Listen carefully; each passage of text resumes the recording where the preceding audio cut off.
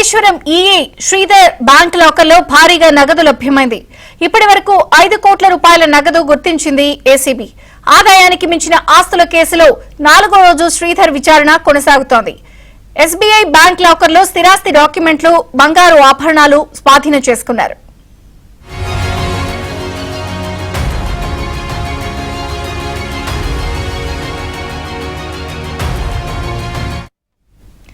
Kaleshwaram EE Sridhar bank లాకర్లలో భారీగా నగదు లభ్యమైంది. పూర్తి వివరాలు క్రైమ్ ప్రతినిధి ప్రవీణ్ అందిస్తారు. ప్రవీణ్,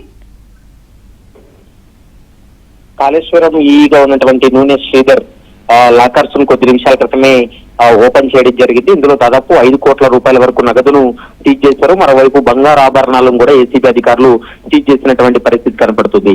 5 రోజుల కస్టడీలో భాగంగా ఇప్పటికే 4 రోజుల పాటు ఈ రోజు 4వ రోజు కస్టడీ విచారణ కొనసాగుతుంది. అయితే నూనె శ్రీధర్ అతని భార్యతో పాటు మిగిలినటువంటి చాలా మంది బినామీల పేర్ల మీద ఆస్తులు కూడబెట్టినట్లు ఇప్పటికే గుర్తించడం జరిగింది.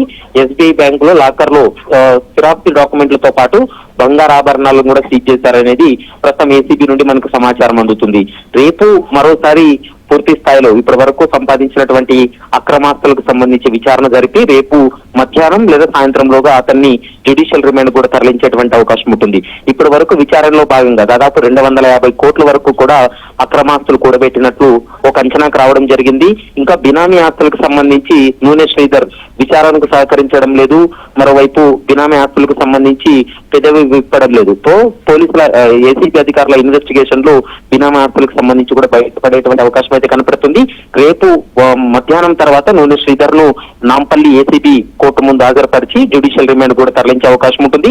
మరోవైపు ఒకవేళ మరోసారి కస్టడీకి కావాలని భావించినట్లయితే మరోసారి కూడా ఏసీబీ కోర్టు ఆదేశాలతో మరోసారి కస్టడీకి తీసుకొని కూడా విచారణ జరిపే అవకాశం అయితే కనపడుతుంది. విజయ చంద్రిక. Thank you Praveen.